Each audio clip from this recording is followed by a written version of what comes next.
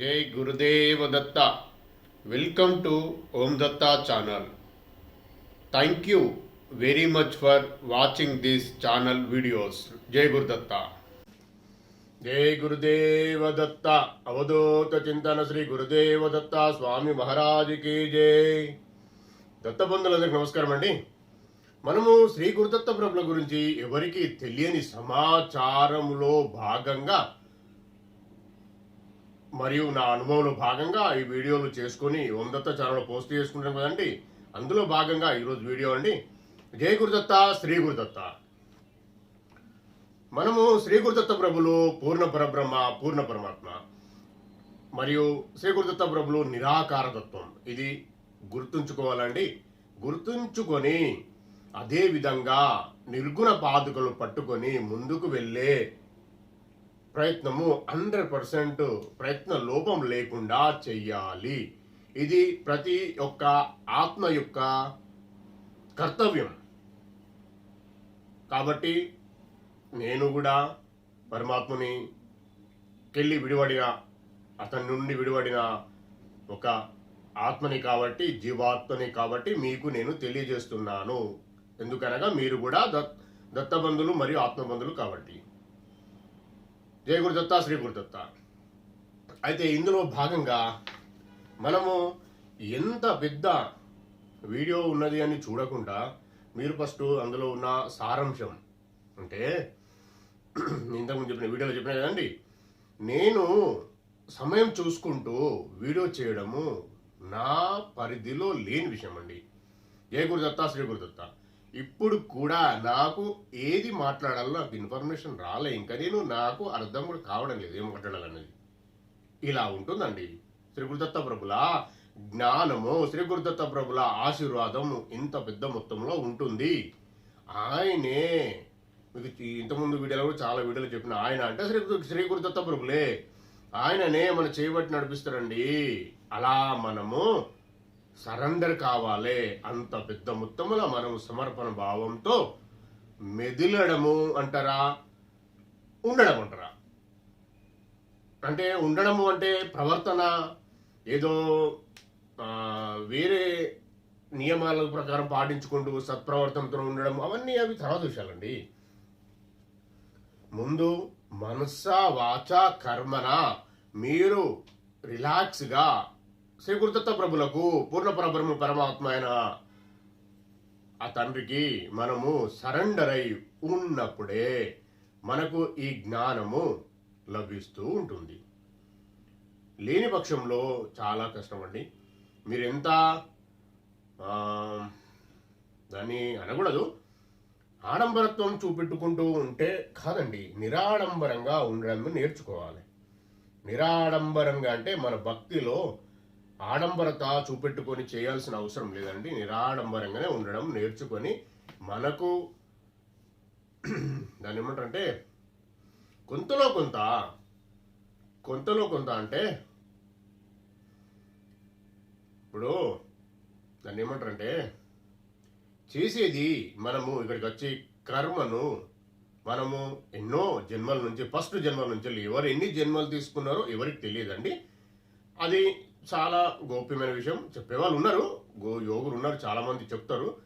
ఆ విషయం అప్పటి నుండి మనం ఎన్ని కర్మలు, ఎన్ని ఆత్మలు బాధ పెడుతూ, ఎన్ని జీవులను హింసిస్తూ ఆ పాప కర్మలు కూడబెట్టుకొని సంచిత కర్మ, ప్రారబ్ధ కర్మ, ఆగామి కర్మ, ఈ రకంగా మారిన కర్మలను క్లీన్ చేసుకునే కొరకు మనము జన్మ తీసుకోవడం జరిగింది.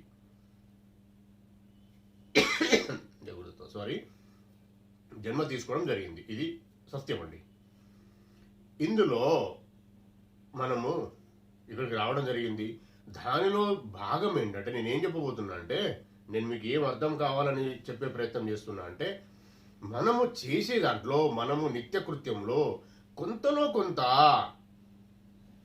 అంటే ఎంత వీలైతే అంత తక్కువ తప్పులు చేసుకుంటూ, ఎక్కువ తప్పులు కాదు, ఎక్కువ కర్మలు కాదు, తక్కువ ఎంత తక్కువ అయితే అంత తక్కువ చేసుకుంటూ మన బ్రతికే ఆ నిత్య కార్యక్రమాలు అంటారా, నిత్య జీవన విధానంలో ముందుకు వెళ్ళాలండి.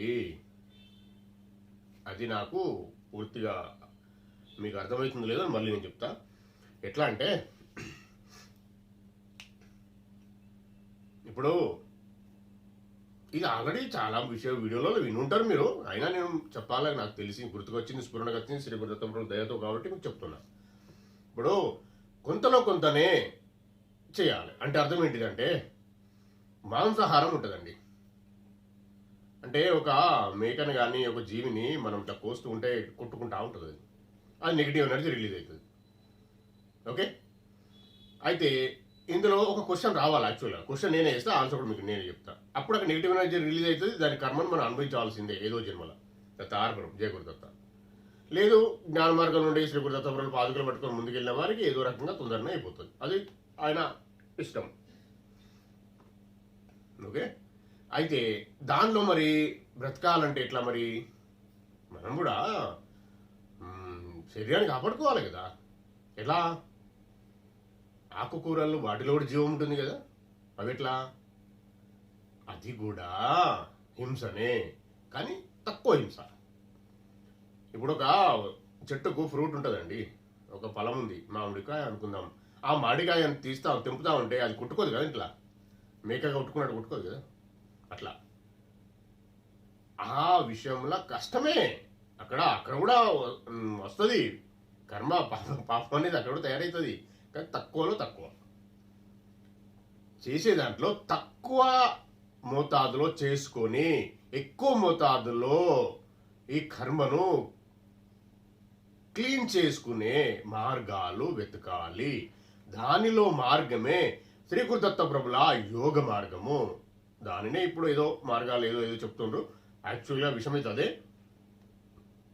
దానినే ధ్యానం అంటారు. నేను ఇంతకుముందు చెప్పిన వీడియోలో భాగంగా మీరు ధ్యానము సముపార్జనలో భాగంగా మీ ఇష్టదైవము మందిరానికి వెళ్ళినా గుడికి వెళ్ళినా ఈ మిగతా వాటికి ప్రాముఖ్యత ఇవ్వకుండా ప్రదక్షిణ చేసుకొని ధ్యానం చేసుకునే ప్రయత్నం చెయ్యండి. దానికి ప్రియారిటీ ఇవ్వండి. అది ఎలా అనేది నేను ఏమంటున్నా, సాధనలో ఎక్కడికో వెళ్తే ఎవరో 1000 మందిలో కూర్చొని మనము సాధనల గురించి చెప్పుకోలేము. ఇప్పుడు కూడా నేను చెప్పిన వీడియో మీకు అర్థం కూడా కాదు. ఎవరైనా మొదలుపెట్టిన వారు మార్నింగ్ 4 to 4:50 మధ్యలో కూర్చొని చేస్తూ వాళ్ళ అనుభవాలు, పాజిటివ్ అనుభవాలు ఏమన్నా వస్తే నాతో షేర్ చేసుకున్న వారికి ఏం చెప్పియాలో, ఎవరితో ఏం చెప్పియాలో శ్రీ గురుదత్త ప్రభుల దయతో మనం అది జరుగుతుంది.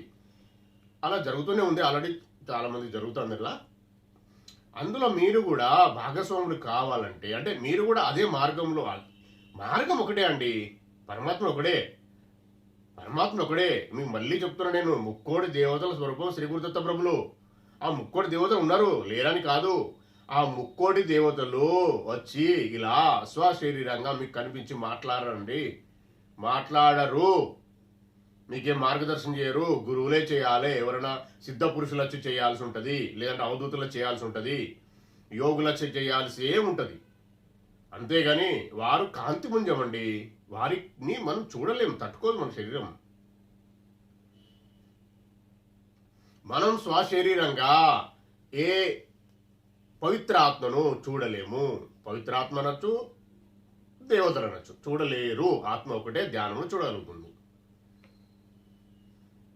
ఇది చాలా పెద్ద గోప్యమైన విషయం అండి. ఉన్నారు, వాళ్ళందరూ ఉన్నారు. మీకు ముందు చెప్తే ఇప్పుడే చెప్తాను మీకు నేను. మీరు అనుకుంటాను మరి ఇవన్నీ ఎందుకు అంటే, మనము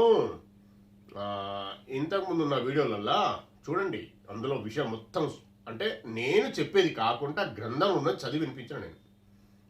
దానికి వివరణ అప్పుడప్పుడు కొద్ది చెప్తున్నాను మీకు నేను, నాకు అర్థమైంది. ఏముంది, విగ్రహారాధన అవన్నీ ఎందుకు పెట్టిందంటే, మనం సహకారం అన్ని చూసుకుంటూ మన అంటే మన భక్తి, మన ధ్యానం ఫస్ట్ ఇక్కడ నిలిచినాక, విగ్రహం నిలిచినాక మెల్లమెల్ల సాధనకి, ధ్యాన సాధనకు వెళ్ళిపోవాలని ఋషులు వాళ్లకు తెలిసిన పద్ధతిలో వాళ్ళు పెట్టడం జరిగింది. యంత్రం స్థాపించి, యంత్రంలో ఆ ఋషి యొక్క ఆత్మను అక్కడ స్థాపించి వారు మన డీటెయిల్స్, మన ఇతిబాధలు అన్ని తెలుసుకొని వెళ్ళి పరమాత్మకు విన్నవించుకుంటారు. తండ్రి పలానా వచ్చిండు, ఆయనకి కష్టం ఉంది అని చెప్తూ మీ ఇతి బాధలు తీరుస్తూ మిమ్మల్ని సన్మార్గంలో పెట్టే కొరకు ఈ జన్మ కాకుండా మరుసటి జన్మలో ఈ ఆత్మలు రాకపోతాయా అని వారి ఆలోచనతో చేసిన వ్యవహారం ఇదంతా. కారణం అర్థమైంది కానీ ఇప్పుడు మనం ఏం చేయాలి మరి? ముక్కోటి దేవతలు ఉన్నారు. గతార్మం జయగురుదత్త ఉన్నారండి. జయగురుదత్త నాకు కూడా దర్శనమేనండి. మీరు కూడా చెప్పచ్చు నాకు దర్శనమేనని చెప్పచ్చు. గతార్మణం దర్శనం అయిన వాళ్ళు ఉన్నారు కదండి, తప్పేం లేదు. నాకు కామెంట్లో పెట్టండి. మీకు దైవ దర్శనం అయిన వాళ్ళు కామెంట్లో పెట్టండి. ఇందులో ఏం మోసం లేదు, పెట్టండి. మీకు చెప్తాను నేను ఆన్సర్ కూడా. మీకు పర్సనల్ ఆన్సర్ చెప్తానంట, ఓపెన్గా అందరికి కామెంట్లో కూడా చెప్పమని చెప్తా, లేదంటే ఇప్పుడు చెప్తా వినండి. దత్తప్రభు దయ మనదేం లేదండి. దత్తయ్య చెప్పేసి నేను చెప్పడానికి రెడీ ఉన్నాను. విషయం ఏంటంటే ఒక దేవుడు ఉన్నాడండి. దేవుడు భూమిపైకి వస్తారా? స్వశరీరంతో దిగుతారు అనుకుంటారా? రాడు. మరి నాకు వచ్చిండ్రు, నాకు దర్శనం ఇచ్చిండ్రు, నాకు వరాలు ఇచ్చిండ్రు అంటే వాళ్ళు ఎవరు? ఇప్పుడు ఎగ్జాంపుల్ చెప్తాను నేను. శివ పరమాత్మ చెప్తా. ఆయన రాగలుగుతారా? వస్తారా? అంత భక్తిపరం ఉందా మన దగ్గర? ఈ కలియుగంలో అంత ఉందనుకున్నారా? లేదు, రాడు. శివపరమాత్మ, లలితమ్మ, ముక్కోడి దేవతలు, దత్త ప్రభులందరూ ఒకరే పరమాత్మనే. ముక్కోడి దేవతలు ఉన్నారు. వారి యొక్క వారి స్థాయిలో వాళ్ళు చేసే పనులు ఉంటాయి. వాళ్ళ కాంతి పుంజం లాగానే ఉంటారండి. డైరెక్ట్ స్వశరీరంగా మీ ముందుకు ఎవరు వస్తారు మరి? నాకు వచ్చిండ్రు, నాకు కనిపించిండ్రు అని కొందరు అంటారు. నేను కూడా అంటా. నా తారపనం చెప్తా నేను. వాళ్ళు ఎవరో పేరు తీసుకొని మరీ చెప్తాను అండి. ఇప్పుడు ఒక భక్తుడు ఉన్నాడండి, చాలా మంచి భక్తుడు, బాగా భక్తి చేసిండు. ఇప్పుడు వీడియో లెంగ్తీ అనే విషయము మీరు ఇన్ఫర్మేషన్ పూర్తిగా సమాచారం తెలుసుకోవాలి. మీకు తెలిసిన సమాచారం, ఒకవేళ మీకు ఈ విషయం ముందే తెలిసే తార్పణం అండి, సంతోషం. తెలియని వాళ్ళైతే విని తెలుసుకోండి. ఇది వీడియో స్కిప్ చేసి వెళ్ళి ఏదో మీరు తర్వాత వింటా అంటే కూడా మీ ఇష్టం. తార్పణం నేనేం చేయలేను, ఆయన ఇష్టం. చెప్పడం మాత్రం నా బాధ్యత. నా సాధనలో మార్గం ఇది. ఆయన నాకు ఇచ్చిండు ఆజ్ఞ అని చెప్తున్నా. తార్పణం. అయితే ఎవరైతే బాగా భక్తి చేసి శరీరం విడిచిపెట్టిండ్రు వారు వెళ్ళి సరే శివుడు అనుకుందాం, ఎగ్జాంపులే. ఇదొకటి ఎగ్జాంపుల్. ఆయన కూడా తీసుకోవడం కరెక్ట్ కాదనుకుంటాను కానీ తార్పణం సరే ఓకే మనకి చెప్పచ్చు. అయితే ఆయనలో చేరిపోయాడు శివభక్తుడు ఆయనే. ఓకే, ఇప్పుడు ఆయనకు యాక్సెస్ ఉంటుంది. ఎనీ టైం భూమి మీదకి వచ్చేందుకు, ఏ లోకానికి వెళ్ళేందుకైనా యాక్సెస్ ఉంటుంది. ఎందుకు? ఆయన అంత మంచి భక్తుడు, ఒకరికి చెడు చేసేవాడు కాదు, అంత మంచి పవిత్రాత్మ. ఓకే, అయితే ఏమవుతుంది? మీరు మొక్కేటప్పుడు మీరు శివుణ్ణి ప్రార్థన చేస్తూ ఉంటే, మీరు జపాలు స్తోత్రాలు కొత్తగా స్టార్ట్ చేస్తే ఫస్ట్ తిరిగే అట్లాంటివి ఒకటే ఉండే, ఎన్నో లక్షల కోట్లు ఉంటాయి. వాళ్ళు తిరుగుతూ ఉంటారు భూప్రపంచం మీద. ఎక్కడ శివ నామం జపం చేస్తారా, ఇక్కడ ఆయన తలుచుకుంటా ఉంటారా అని వాళ్ళు వస్తారు నీ దగ్గరికి. ఇక్కడ వాళ్ళకు అర్థమవుతూ ఉంటుందా, ఇక్కడ ఎవరు శివభక్తున్నాడు అంటే మన బంధువు ఎవరో అని వచ్చేస్తారు మన దగ్గర. చూస్తారు మన పరిసరాలన్నీ మొత్తం పరికించి మొత్తం క్లియర్గా తెలుసుకొని అబ్జర్వ్ చేస్తారు. 1, 2, 3 అట్లా 3 వాళ్ళ అబ్జర్వేషన్ ఎన్ని రోజులు ఉంటుంది అనేది 3 days ఉంటుంది మినిమం. చూస్తారు. నువ్వు సేమ్ టైం చేస్తూ ఉన్నావంటే నీకు వాళ్ళు అన్ని సమకూరుస్తారు. నువ్వు రాకముందు నేను లేపుతారు వాళ్ళు. 4th day నేను లేపు కూర్చొని పెడతారు. నువ్వు నిజమైన భక్తును అయితే, నిజమైన శివయ్య భక్తును అయితే నేను అది కూడా వాళ్ళు ఇక్కడిదే చూస్తారు. వాళ్ళకి అన్నీ తెలుసు. వాళ్ళకు కూడా చూస్తారు, చేపిస్తూ ఉంటారు. నీతో సాధనలు చేపిస్తూ ఉంటారు. ఏది సద్గ్రంథ పారాయణం, స్తోత్ర పారాయణం, జపం, అభిషేకం, ఇంకేముంటే అవన్నీ మనం చేపిస్తూ ఉంటారు వాళ్ళు. ఓకే, ఒక సమయంలో నువ్వు చేయకపోతే లేపి మరీ కూర్చోబెట్టి మరీ చేపిస్తారు. కళ్ళ కూడా కనిపిస్తారు, వచ్చి ముందర నిల్చుంటారు. ఒక సమయంలో సేమ్ అలానే త్రిశూలం పట్టుకుంటారు, అలానే అన్నీ ఉంటాయి. మీరేమనుకుంటారు? శివుడే నాకు దర్శనం ఇచ్చిండు అయ్యా అనుకుంటారు. అందరికి చెప్తారు. చలో స్టార్ట్ జరుగుతుంది. అప్పుకునకమంటారా, ఇంకేదంటారు మోతే అన్ని మూవ్ అవుతాయి. మరి వచ్చింది శివుడా, ఆయన భక్తుడు. ఆయన ఏ రూపం తీసుకున్నా శివయ్య ఏమన్నాడు, ఆయన ఏ రూపం తీసుకొని ఎనీ టైం వస్తాడు. శివుడు కాదు వచ్చేది. ఇది విషయం అండి. ఇది భక్తులకు జరిగే విషయం. ఇది గుర్తుపెట్టుకోండి. వాళ్ళు సాధన చేపిస్తారు, ఒక లెవెల్ వరకు చేపిస్తారు. నువ్వు ఆ లెవెల్ తప్పినావంటే కూడా వాళ్ళు పక్కకి వెళ్ళిపోతారు, మళ్ళీ వెళ్ళిపోతారు వాళ్ళు. కానీ మ్యాక్సిమం చేపిస్తారు నీతోని. అంటే నీకు మార్గదర్శనం చేస్తారు. వాళ్ళే సిద్ధపురుషులు అనుకోండి, ఎగ్జాంపుల్ అంతే. కాకపోతే సిద్ధపురుషుల్లో వాళ్ళు వేరు, గురు సాంప్రదాయం వేరు, ఈ భక్తి వేరు. భక్తి సాంప్రదాయంలో ఇట్లా వస్తారు, గురు సాంప్రదాయంలో గురువు లెక్క వస్తారు. ఇది జరిగేది విజే. ఇంతే, రారు వారు కిందికి ఎవరు.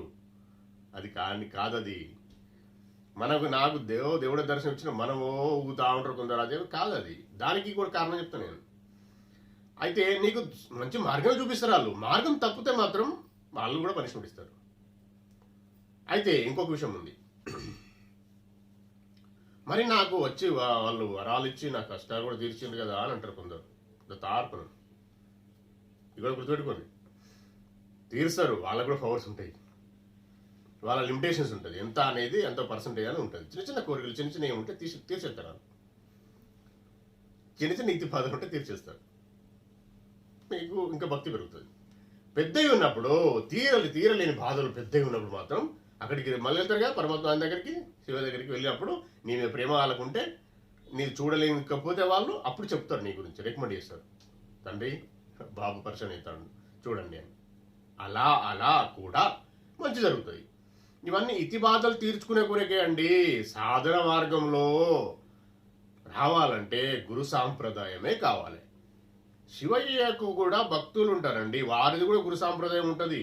వారందరూ దత్త సాంప్రదాయం. శివుడు, శ్రీగురు దత్త ప్రభులు, లలితమ్మ వీళ్ళందరూ వేరు కాదు, ఒకరే. నువ్వు ఏది అనుకుంటావో నీ ముందుకు, ఇప్పుడు ఏదైతే తలుచుకుంటున్నావో నువ్వు, వాళ్ళే వస్తారు నీ ముందుకు. దర్శనం కళలో కనిపించారు నాకు అంటే అవన్నీ కాదది. అవన్నీ వాళ్ళు కనిపించారు. వాళ్ళు కనిపించినాక సమస్య లేదు, నువ్వు ఉండవు ఇక్కడ, వెళ్ళిపోతావు, మారిపో, అందులో లీనమైపోతావు. అది ఆఖరి స్టేజ్. అది చేయంగా ధ్యానం చేస్తూ ఈ శరీరంలో జీవం ఉన్నంత వరకు ఎంత ఉందో అంతవరకు చేస్తూ ఉన్న తర్వాత ఎప్పుడో ఎన్నో జన్మలకో అదృశ్యమో ఈ జన్మల్లో కంప్లీట్ అయినాక అతనిలో ఆ పరమాత్మలో చేరినప్పుడు కదా మనకు జరిగే మోక్షం అనేది. అదే మోక్షం. అప్పుడు నువ్వు కూడా మీరు కూడా ఇంకొకరికి ఇలానే వచ్చి హెల్ప్ చేస్తూ ఉంటారు.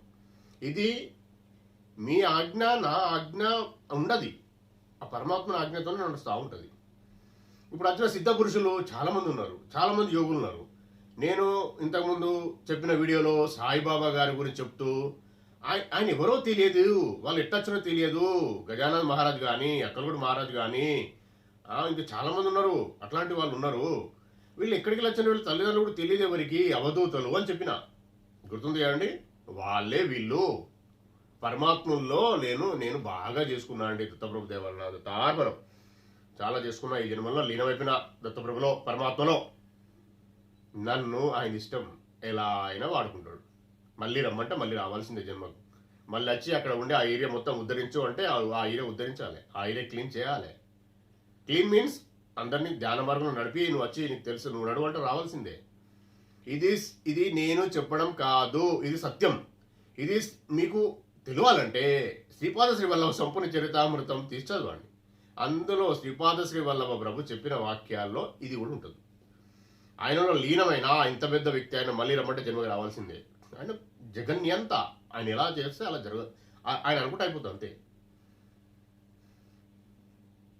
ఇలా జరిగే విషయాలు చాలా పెద్దవి ఉంటాయండి. ఈ సిద్ధ పురుషులు, అవధూతలు, యోగులు అలా వచ్చిన వారే. అయితే వేరే మార్గంలో ఉన్నప్పుడు ఏమైందంటే చాలా పుణ్యం గడించినప్పుడు వారికి స్వర్గమన్న పంపిస్తారు, లేదంటే ఈ లోకంలో బాగా ధనవంతులుగా పుట్టిస్తారు.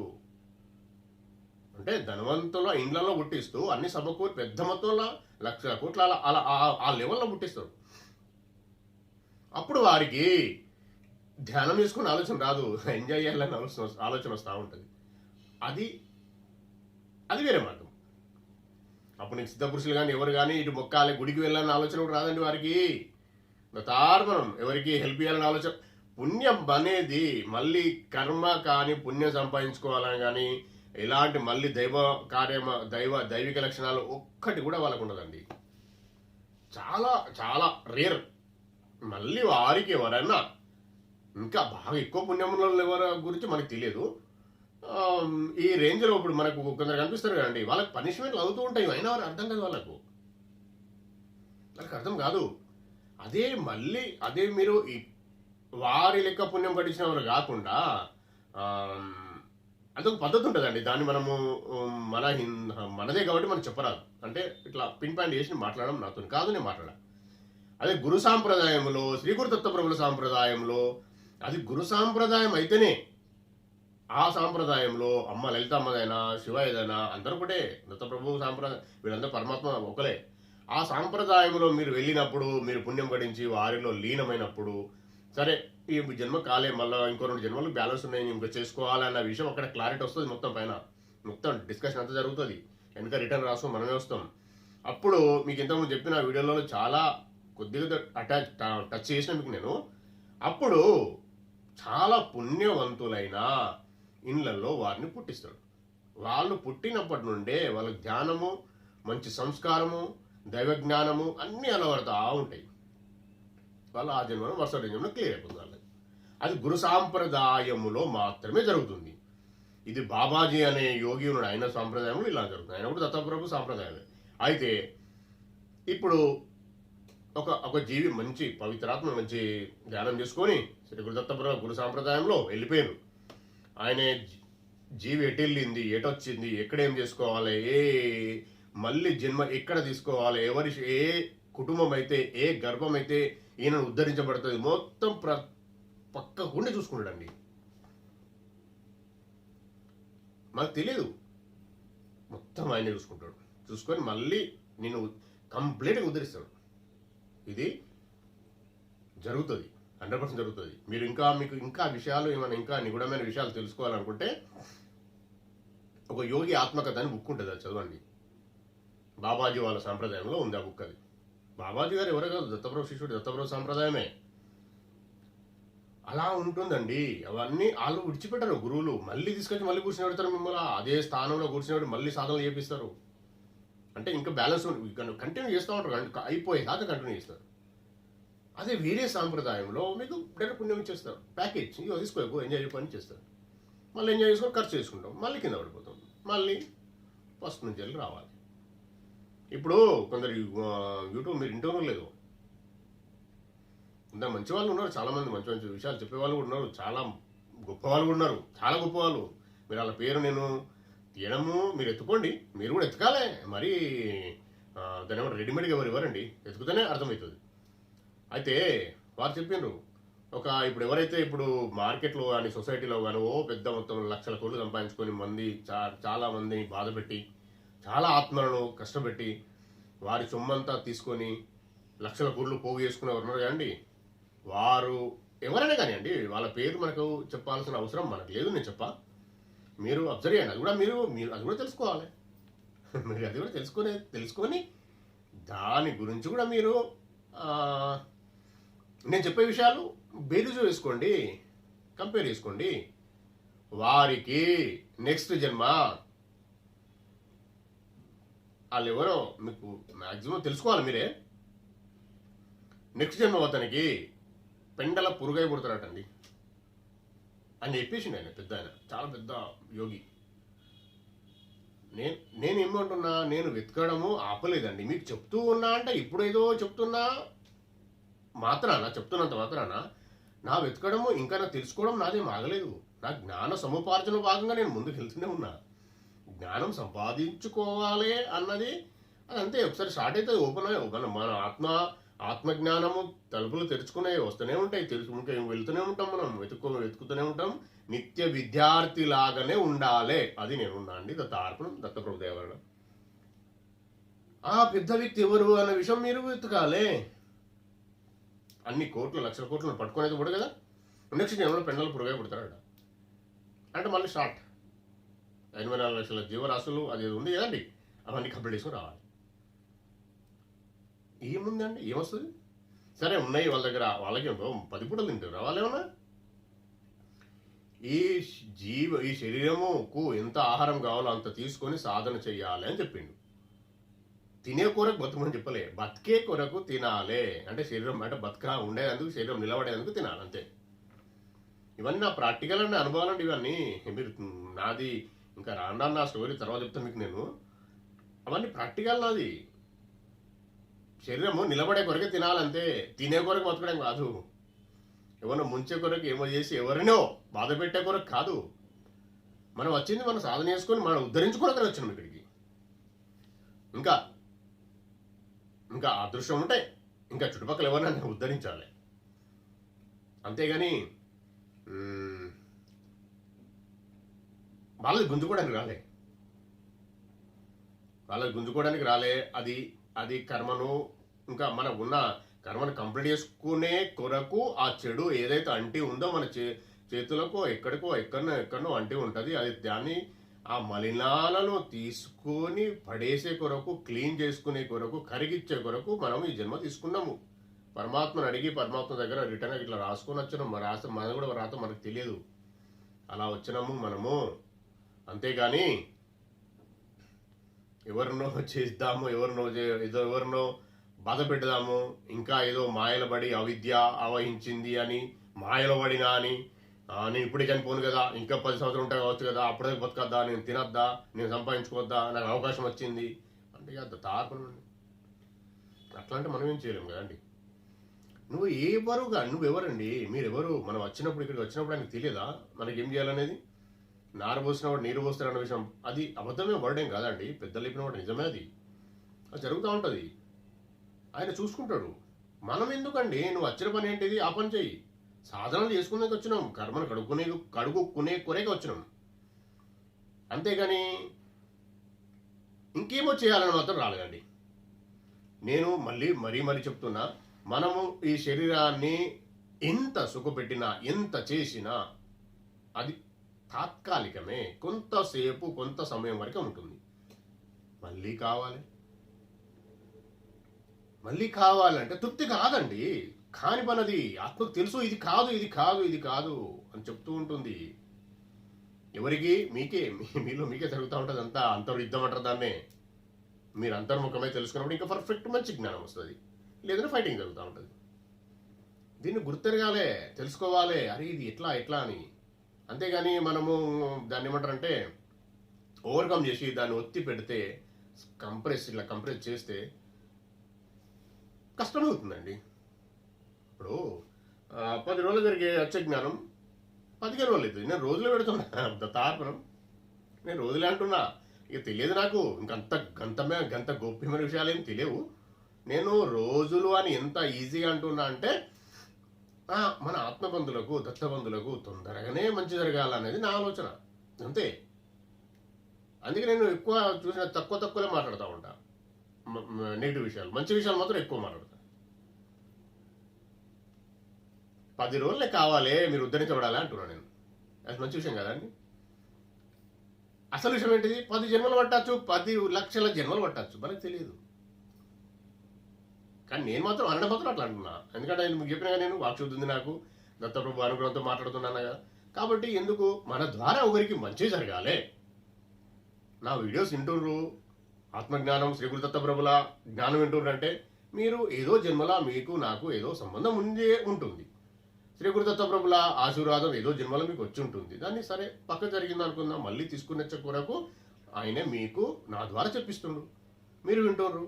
దత్తకృప రావాలని వింటుండ్రు, వస్తుంది. వచ్చే కొరకు ప్రయత్నంలో భాగంగా మీరు ఏ విషయాన్ని మీరు తక్కువ చేసి ఆలోచించకుండా పూర్తిగా వినండి.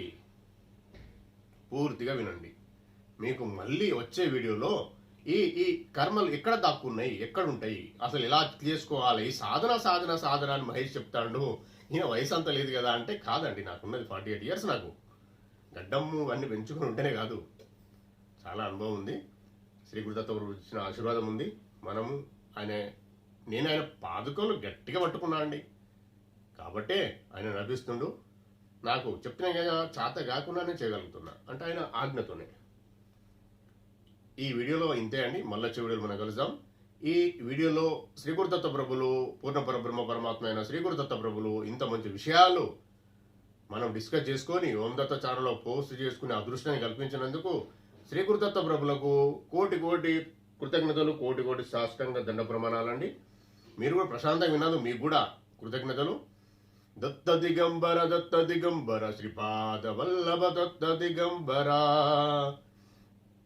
దత్త దిగంబర నృసింహ సరస్వతి దత్త దిగంబర జై గురు దత్త దిగంబర. అవధూత చింతన శ్రీ గురుదేవ దత్త స్వామి మహారాజ్ కి జై. దత్తార్పణం. జై గురుదేవ దత్త. ఈ వీడియో గనక మీకు నచ్చినట్లయితే లైక్ చేయండి, సబ్స్క్రైబ్ చేయండి, షేర్ చేయండి, దత్త బంధువులందరికీ చేరేలా చూడండి. దత్తార్పణం.